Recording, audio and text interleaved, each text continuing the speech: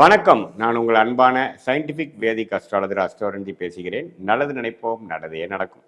தொடர்ந்து நம்மளுடைய சேனலில் வரக்கூடிய வீடியோஸ்லாம் பார்த்துட்டு இருப்பீங்க நம்புகிறேன். அறிவியல் சார்ந்த ஜோதிட கருத்துக்களை பார்த்து கொண்டிருக்கிறோம். எந்த விதத்திலும் மிகைப்படுத்தாமல் உள்ளது உள்ளவாறு நம்மளுடைய போன ஜென்மத்தில் செய்த பாவ புண்ணியங்கள் எப்படி இந்த ஜென்மத்தில் நம்மளுடைய கோச்சார அமைப்பு மூலமாகவும் நம்மளுடைய தசாபுக்திகள் மூலமாகவும் எப்படி நடக்குதுங்கிறது பார்த்து கொண்டிருக்கிறோம். அந்த வகையில் இந்த வீடியோவில் ஜூலை மாதம் 2025 தனுசு ராசிக்காரர்களுக்கு எத்தகைய ஒரு மாதமாக பலாபலன்கள் நிறைந்த ஒரு காலகட்டமாக இருக்க போகுதுன்னு பார்க்க போகிறோம். அதுக்கு முன்னாடி சேனலுக்கு ஃபஸ்ட் டைம் வரவங்க மறக்காமல் சப்ஸ்கிரைப் பண்ணுங்கள். ஸோ தட் தொடர்ந்து நம்மளோட வீடியோஸில் உங்களை அடையும்.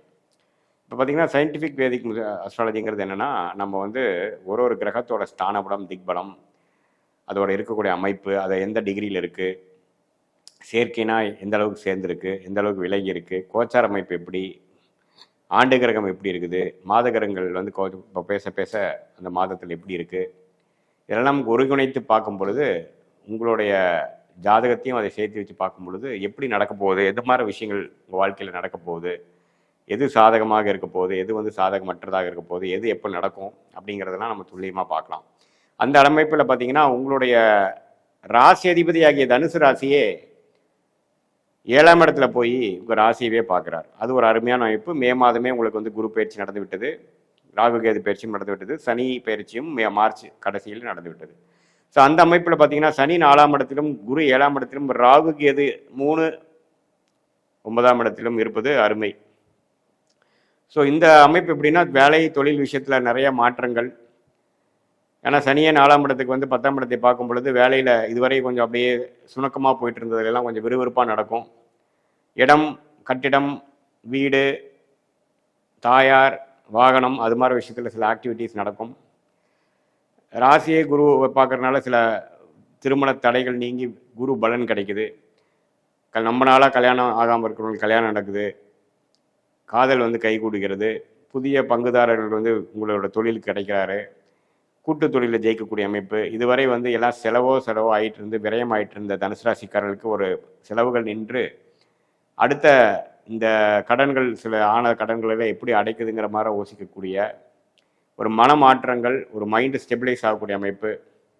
நம்ம இந்த ஒரு வருஷமாக என்ன போச்சு, என்ன தப்பு பண்ணணும், எதில் இந்த பிரச்சனையிலேருந்து எப்படி ஜெயிக்கலாம், இன்னுமே வாழ்க்கையை எப்படி மேம்படுத்தலாம், செலவுகளை குறைத்து வருமானத்தை எப்படி பெருக்கி நம்ம வாழ்க்கையில் வளமாக வரலாங்கிற மாதிரி பல ஒரு கிளாரிட்டி, மெச்சூரிட்டி கொடுக்கக்கூடிய ஒரு அருமையான குரு பார்வை தனுசு ராசிக்கு வரும் பொழுது வாழ்க்கை மேம்படக்கூடிய எல்லா வேலைகளும் ஆக்டிவிட்டியும் நம்ம செய்வோம். மூலமாக யோசிப்போம். நம்ம திங்கிங் பேட்டர்னே மாறினிருச்சுங்கிறது நீங்கள் உணர்வீங்க.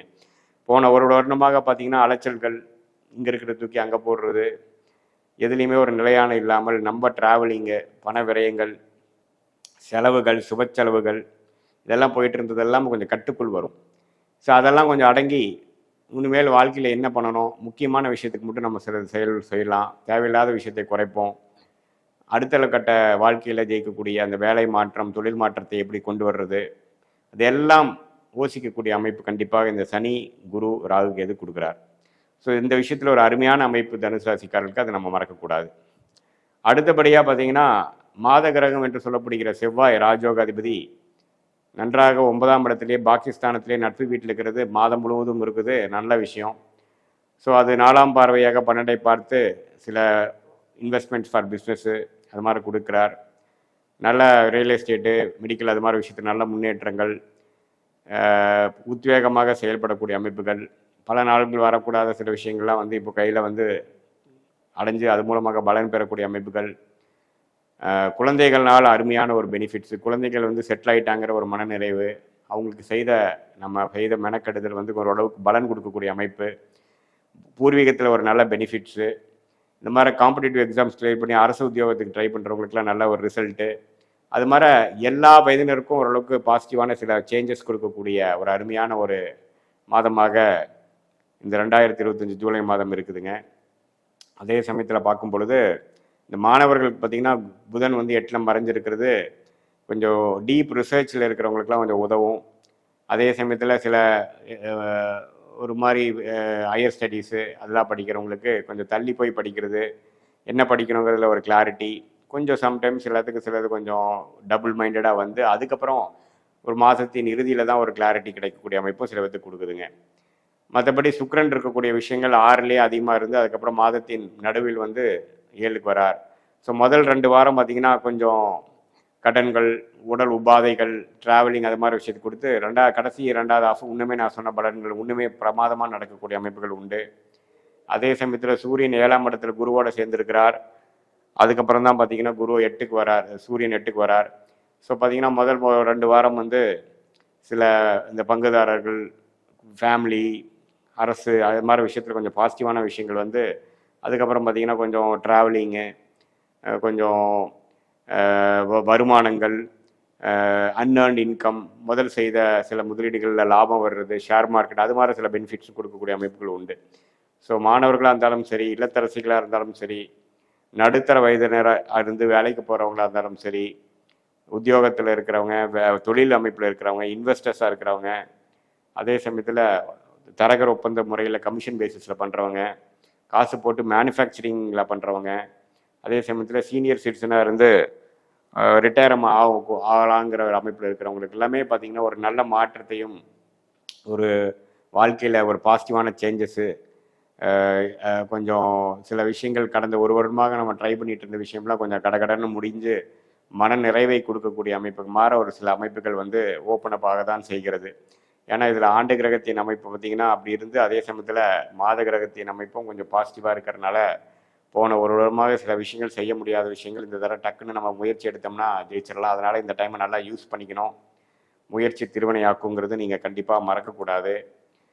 இது வந்து ஒரு பொதுவான பலன்களை தவிர உங்களுடைய ஜென்ம ஜாதகத்தில் எப்படி தசாபுக்திகள் போய் கொண்டிருக்கிறது, அதில் நீங்கள் எந்த லக்னத்தில் பிறந்தீங்க, உங்கள் லக்னாதிபதி எப்படி இருக்குது, உங்கள் லக்னத்துக்கு எந்த கிரகங்கள் வந்து இப்போ தசையாக நடக்குதோ அது உங்களுக்கு ராஜயோகத்தை கொடுக்கக்கூடியவரா, உங்கள் லக்னத்துக்கு நண்பரா, தசா புக்திகள் எப்படி போயிட்டுருக்கு, புக்திநாதன் எப்படி இருக்குது கோச்சாரத்தில், இப்போ நம்ம பேசின சனிப்பயிற்சி குரு பயிற்சி இது மாதிரி விஷயங்களை வந்து அது பாசிட்டிவாக இருக்கா, உங்கள் தசா புக்திகளும் இந்த கோச்சார அமைப்பும் 2 பேரும் மிக்ஸ் பண்ணி நம்ம பார்க்கும் பொழுது உண்மையிலே அடுத்த வரக்கூடிய ஷார்ட் டேர்ம் என்ன, லாங் டேர்ம் என்ன, நீங்கள் எந்த மாதிரி முடிவுகள் எப்போ எடுக்கணும், சில விஷயங்கள் எப்போ நடக்கும் அப்படிங்கிற உங்கள் மனதில் இருக்கக்கூடிய பல டவுட்ஸ் அண்ட் சந்தேகங்களை வந்து நம்ம வந்து இந்திய வேத ஜோதிடர் மூலமாக அந்த காலகட்டங்களை பார்த்து எந்த நேரத்தில் எது நடக்குங்கிற மாதிரி மென்டலி ப்ரிப்பேர் பண்ணி பாஸ்ட் எப்படி இருந்தது, ப்ரெசென்ட் எப்படி இருக்குது, இப்போ லாங் டேர்ம் ஃபியூச்சர் எப்படி இருக்குது, ஷார்ட் டேர்ம் ஃபியூச்சர் எப்படி இருக்குங்கிறதெல்லாம் நம்ம பார்த்துக்கலாம்.